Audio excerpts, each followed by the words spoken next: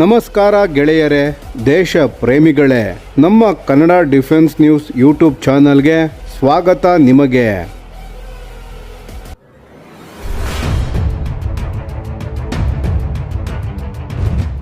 ಭಾರತದ 5ನೇ ತಲೆಮಾರಿನ ಸ್ಟೆಲ್ತ್ ಯುದ್ಧ ವಿಮಾನದ ಯೋಜನೆಯಾದ AMCA ಅಂದರೆ ಅಡ್ವಾನ್ಸ್ಡ್ ಮೀಡಿಯಂ ಕಂಬ್ಯಾಟ್ ಏರ್ಕ್ರಾಫ್ಟ್ ಕಾರ್ಯಕ್ರಮವು ಇದೀಗ ಮಹತ್ವದ ಹಂತವನ್ನು ಪ್ರವೇಶಿಸಿದೆ.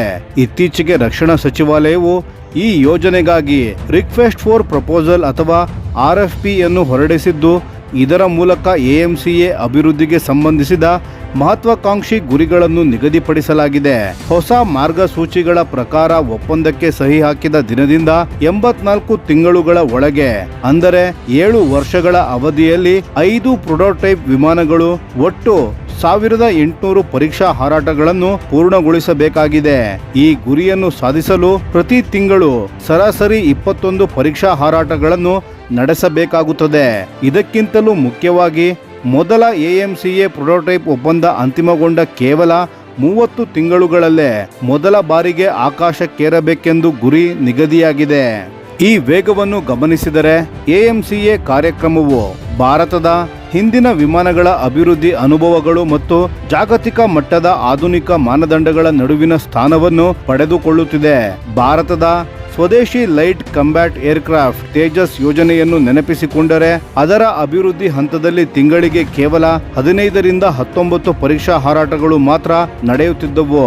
ಈ ನಿಧಾನ ಗತಿಯೇ ತೇಜಸ್ ಯೋಜನೆಯ ಅಭಿವೃದ್ಧಿ ಮತ್ತು ಸೇನಾ ಸೇರ್ಪಡಿಕೆಯಲ್ಲಿ ಹಲವು ವರ್ಷಗಳ ವಿಳಂಬಕ್ಕೆ ಪ್ರಮುಖ ಕಾರಣವಾಗಿತ್ತು. ಇನ್ನೊಂದೆಡೆ ದಕ್ಷಿಣ ಕೊರಿಯಾದ KF-21 ಬೋರೆಮೆ ಯುದ್ಧ ವಿಮಾನದ ಯೋಜನೆ ತಿಂಗಳಿಗೆ ಸರಾಸರಿ 38 ಪರೀಕ್ಷಾ ಹಾರಾಟಗಳನ್ನು ಯಶಸ್ವಿಯಾಗಿ ನಿರ್ವಹಿಸಿತು. ಈ ವೇಗದ ಪರೀಕ್ಷಾ ಕಾರ್ಯಕ್ರಮವೇ KF-21 ಯೋಜನೆಗೆ ಅತ್ಯಂತ ಕಡಿಮೆ ಅವಧಿಯಲ್ಲಿ ತನ್ನ ಪರೀಕ್ಷಾ ಗುರಿಗಳನ್ನು ಪೂರ್ಣಗೊಳಿಸಲು ನೆರವಾಯಿತು. ಆದ್ದರಿಂದ AMCA ಯೋಜನೆಯ ಯಶಸ್ಸು ತಿಂಗಳಿಗೆ 21 ಹಾರಾಟಗಳ ಗುರಿಯನ್ನು ನಿರಂತರವಾಗಿ ಸಾಧಿಸುವ ಸಾಮರ್ಥ್ಯದ ಮೇಲೆ ಅವಲಂಬಿತವಾಗಿದೆ. ಇದಕ್ಕಾಗಿ ಖಾಸಗಿ ಉದ್ಯಮ ಪಾಲುದಾರರು, ಭಾರತೀಯ ವಾಯುಪಡೆಯ ಪರೀಕ್ಷಾ ಪೈಲಟ್ಗಳು, ಗ್ರೌಂಡ್ ಸಪೋರ್ಟ್ ತಂಡಗಳು ಹಾಗೂ ನಿರ್ವಹಣಾ ಸಿಬ್ಬಂದಿ ಅತ್ಯಂತ ಸಮನ್ವಯದಿಂದ ಕಾರ್ಯನಿರ್ವಹಿಸಬೇಕಾಗುತ್ತದೆ.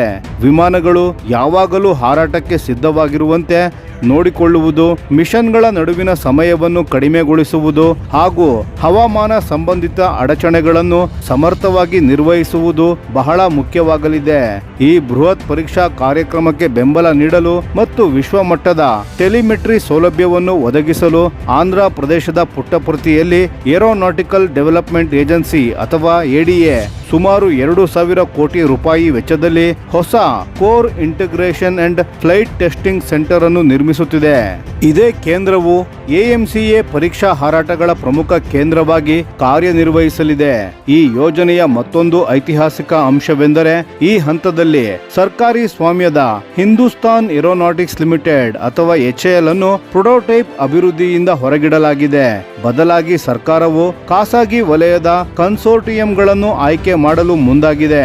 ಈ ಸ್ಪರ್ಧೆಯಲ್ಲಿ Tata Advanced Systems, Larsen and Toubro ಮತ್ತು ಭಾರತ್ ಫೋರ್ಜ್ ಮುಂತಾದ ಪ್ರಮುಖ ಭಾರತೀಯ ಕಂಪನಿಗಳು ಭಾಗವಹಿಸುತ್ತಿವೆ. ಸುಮಾರು 15,000 ಕೋಟಿ ರೂಪಾಯಿಗಳ ಮೌಲ್ಯದ ಈ ಪ್ರೊಟೋಟೈಪ್ ಯೋಜನೆಯನ್ನು ಗೆಲ್ಲುವ ಸಂಸ್ಥೆ ಆಯ್ಕೆಯಾದ 3 ತಿಂಗಳೊಳಗೆ ಹೊಸದಾಗಿ ಒಂದು ವಿಶೇಷ ಕಂಪನಿಯನ್ನು ಸ್ಥಾಪಿಸಬೇಕಾಗುತ್ತದೆ.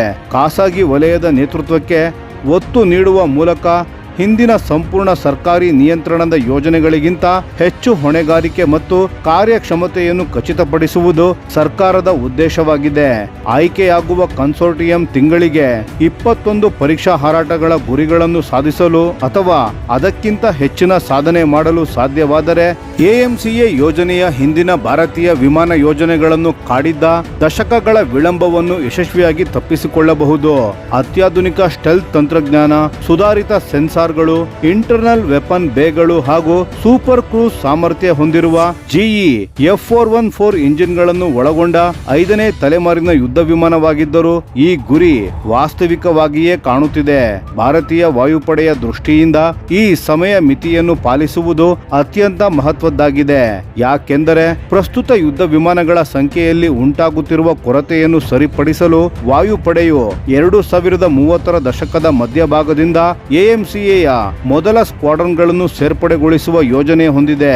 ಒಟ್ಟು 7 AMCA ಸ್ಕ್ವಾಡ್ರನ್ಗಳನ್ನು ಕಾರ್ಯಾಚರಣೆಗೆ ತರಲು ಉದ್ದೇಶಿಸಲಾಗಿದ್ದು, ಇದೇ ಯೋಜನೆ ಭವಿಷ್ಯದಲ್ಲಿ ಭಾರತೀಯ ವಾಯುಪಡೆಯ ಯುದ್ಧ ಸಾಮರ್ಥ್ಯವನ್ನು ಹೊಸ ಎತ್ತರಕ್ಕೆ ಕೊಂಡೊಯ್ಯಲಿದೆ.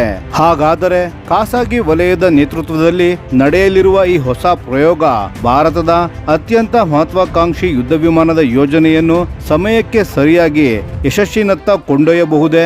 ನಿಮ್ಮ ಅಭಿಪ್ರಾಯವನ್ನು ದಯವಿಟ್ಟು ಕಾಮೆಂಟ್ನಲ್ಲಿ ತಿಳಿಸಿ ಸ್ನೇಹಿತರೆ. ಧನ್ಯವಾದಗಳು.